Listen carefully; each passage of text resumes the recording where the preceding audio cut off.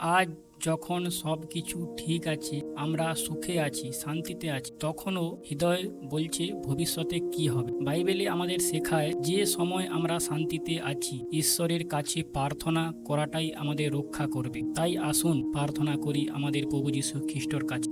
হে প্রভু যীশু খ্রিস্ট, আজ আমি আপনার সামনে ধন্য হৃদয় নিয়ে এসেছি।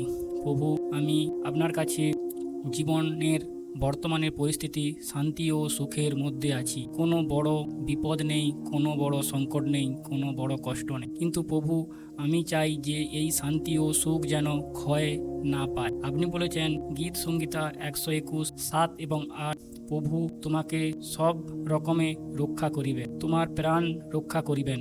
প্রভু তোমার আগমন এবং যাত্রা রক্ষা করিবেন এখন থেকে চিরকাল। হে প্রভু, আজ আমি আপনার কাছে প্রার্থনা করছি, আমার জীবন সব বিপদ থেকে রক্ষা করুন, আমার পরিবারকে রক্ষা করুন, আমার মনকে শক্ত করে ধরে রাখতে ক্ষমতা দিন, যেন কখনো ভয় ও সন্দেহ বা পরীক্ষায় পড়তে না হয়। প্রভু, আপনার বাক্যে লেখা আছে ইফিসীয় 6:11, ঈশ্বরের সমস্ত অস্ত্রধারণ দিয়ে নিজেকে শক্তি করো, যাতে শয়তান তোমার বিপদের পথে আটকে দিতে না পারে।